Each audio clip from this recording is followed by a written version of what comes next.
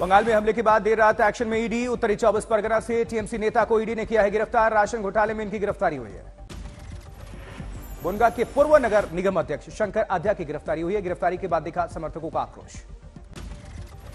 वहीं ईडी की कई टीम इस घोटाले को लेकर राज्य में कार्रवाई कर रही है। एक दिन पहले ही ईडी की एक टीम पर राज्य में हमला हुआ था।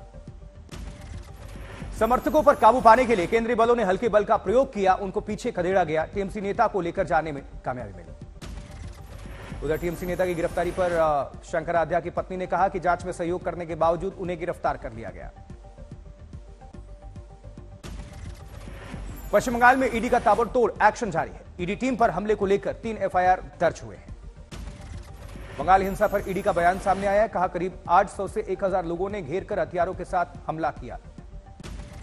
हमले के समय ईडी अधिकारियों के साथ सीआरपीएफ के सिर्फ 27 जवान थे। अधिकारियों के अनुसार हमले में 3 अधिकारियों को गंभीर चोटें आई हैं। हमले के बाद ईडी अधिकारियों का बयान सामने आया है। भीड़ ने उनके मोबाइल फोन, लैपटॉप, नकदी और वॉलेट छीना है। सामानों को छीनने के बाद हमलावरों ने उनके वाहनों को भी बुरी तरह से क्षतिग्रस्त कर दिया। गिरिराज सिंह ने ममता सरकार की तुलना किम जोंग उन से की है। वहीं बीजेपी ने ममता से इस्तीफा मांगा है। कांग्रेस ने भी पश्चिम बंगाल में राष्ट्रपति शासन लगाने की मांग की है। मामले की कड़ी आलोचना की है कांग्रेस ने। उधर ईडी टीम पर हमले को लेकर पश्चिम बंगाल बीजेपी अध्यक्ष सुकांता मजूमदार ने इसमें रोहिंग्या का हाथ बताया। कहा कि आगे बंगालियों के साथ भी यही होने वाला है। ईडी हमले में केंद्रीय गृह राज्य मंत्री निशित प्रमाणिक का बयान राज्य के संघीय ढांचे पर हमला बताया। बंगाल के राज्यपाल सीवी आनंद बोस ने घटना की निंदा की। कहा यह हमला बंगाल में लोकतंत्र पर खतरा। प्राण प्रतिष्ठा समारोह में तैनात पुलिसकर्मी यूज नहीं कर सकेंगे स्मार्टफोन। पुलिस मुख्यालय ने जारी किया निर्देश। 9 जनवरी को जम्मू का दौरा कर सकते हैं अमित शाह। सुरक्षा हालात का लेंगे जायजा। पहले राजनाथ सिंह रक्षा मंत्री कर चुके हैं दौरा। उधर अरविंद केजरीवाल आज से 8 जनवरी तक गुजरात के दौरे पर रहेंगे। लोकसभा चुनाव की तैयारी के सिलसिले में यात्रा। राजस्थान में 25 मंत्रियों को बांटा गया मंत्रालय। मुख्यमंत्री भजनलाल को मिली 8 विभाग की जिम्मेदारी। किरोड़ी लाल बने कृषि मंत्री। डेप्यूटी सीएम दिया कुमारी के पास 6 विभाग। प्रेमचंद बैरवा को मिले 4 मंत्रालय।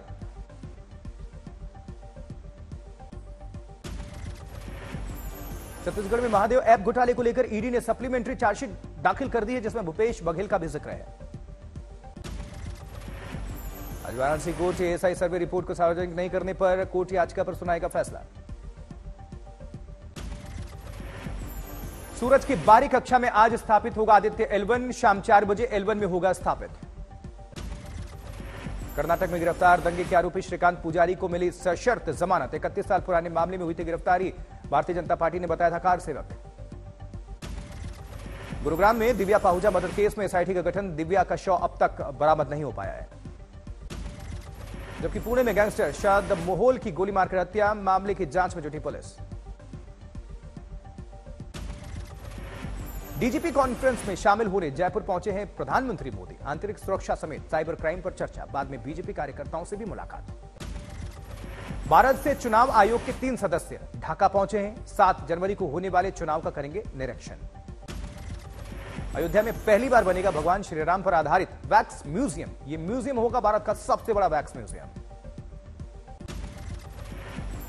योगी आदित्यनाथ ने नो योर आर्मी फेस्टिवल का किया है उद्घाटन। लखनऊ में सेना के हथियारों की प्रदर्शनी को देखा और इस दौरान मुख्यमंत्री योगी हाथों में बंदूक थामे नजर आए।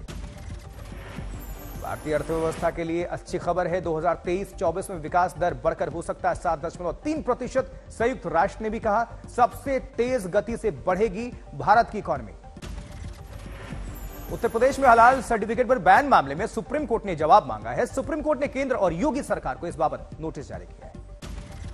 जारी नोटिस में सुप्रीम कोर्ट ने 2 हफ्ते में जवाब मांगा है। याचिका में दर्ज एफआईआर पर भी रोक की मांग। पुणे में बीजेपी विधायक सुनील कांबले ने पुलिसकर्मी को थप्पड़ मार दिया। कार्यक्रम में अजीत पवार भी मंच पर मौजूद थे। जनकपुर धाम से भारी यात्रा गोरखपुर पहुंची। भारी मात्रा में श्रद्धालु उमड़े। करौली में नियमित बिजली सप्लाई को लेकर ग्रामीणों ने कलेक्ट्रेट पर किया प्रदर्शन। जमकर नारेबाजी।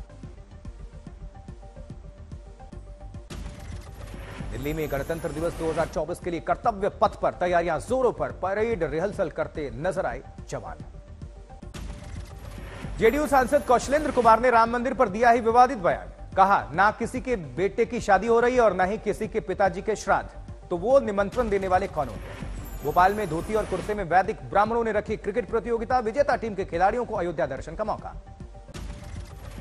दिल्ली में केंद्रीय मंत्री पीयूष गोयल ने mega mobility show Bharat mobility global expo 2024 के बुकलेट का अनावरण किया है। लोगों को संबोधित भी किया पीयूष गोयल ने। तमिलनाडु के तुतिकोरिन में अपनी पत्नी की हत्या करने के बाद व्यक्ति ने जहर खाकर आत्महत्या की कोशिश की, अस्पताल में इलाज जारी। शीतलहरी की मार से कांपी राजधानी दिल्ली, अधिकतम तापमान सामान्य से 5 डिग्री कम, जबकि पूरे उत्तर भारत में जमाने वाली प्रचंड ठंड, लोगों को लेना पड़ रहा है अलाव का सहारा। दिल्ली में घने कोहरे के कारण कई ट्रेनें प्रभावित हैं, यात्रियों की मुश्किलें बढ़ गई हैं। दिल्ली के अक्षरधाम में दिखा गिरते तापमान का असर, तापमान में भारी गिरावट, लेकिन कोहरे से थोड़ी राहत। शीतलहर और घने कोहरे की चपेट में दिखा कानपुर शहर, आवागमन में लोगों को हो रही है परेशानी।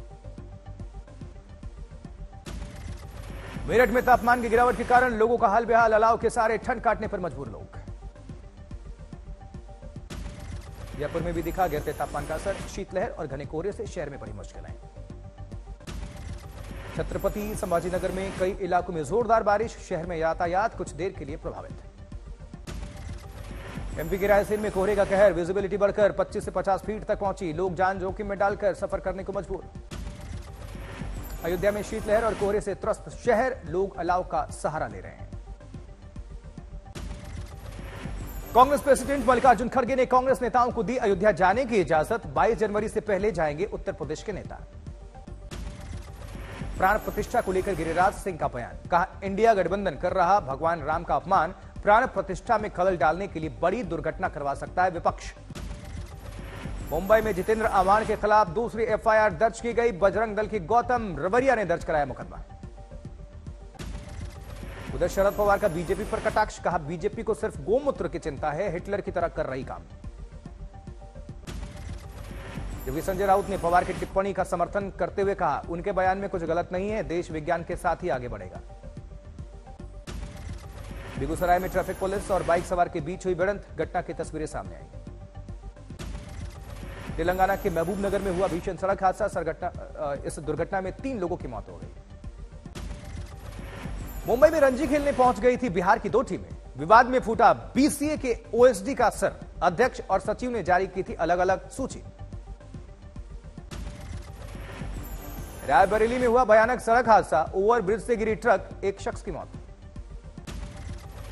अमेठी में पुलिस और बदमाशों के बीच एनकाउंटर, पुलिस ने 2 बदमाशों को किया गिरफ्तार। मेरठ में विवादित भूमि को लेकर 2 पक्षों में पथराव, कई लोग जख्मी हैं। दिल्ली में पुलिस ने शातिर बदमाशों को किया गिरफ्तार, कई दिनों से ये फरार बताए जा रहे थे। आगरा में महिलाओं ने किया शराब के ठेके पर हमला, शराब की बोतलों को सड़क पर पटका। लखीमपुर खीरी में हत्या के आरोपी के घर 2 बुलडोजर लेकर पहुंच गई पुलिस, आरोपी के पिता को दी हिदायत, अगर कल तक नहीं हुआ हाजिर तो पूरा घर कर देंगे ध्वस्त। बुलढाणा में किसानों का हाथ में धारदार हथियार, कमर में लटकी एयरगन के साथ मंडी में हंगामा।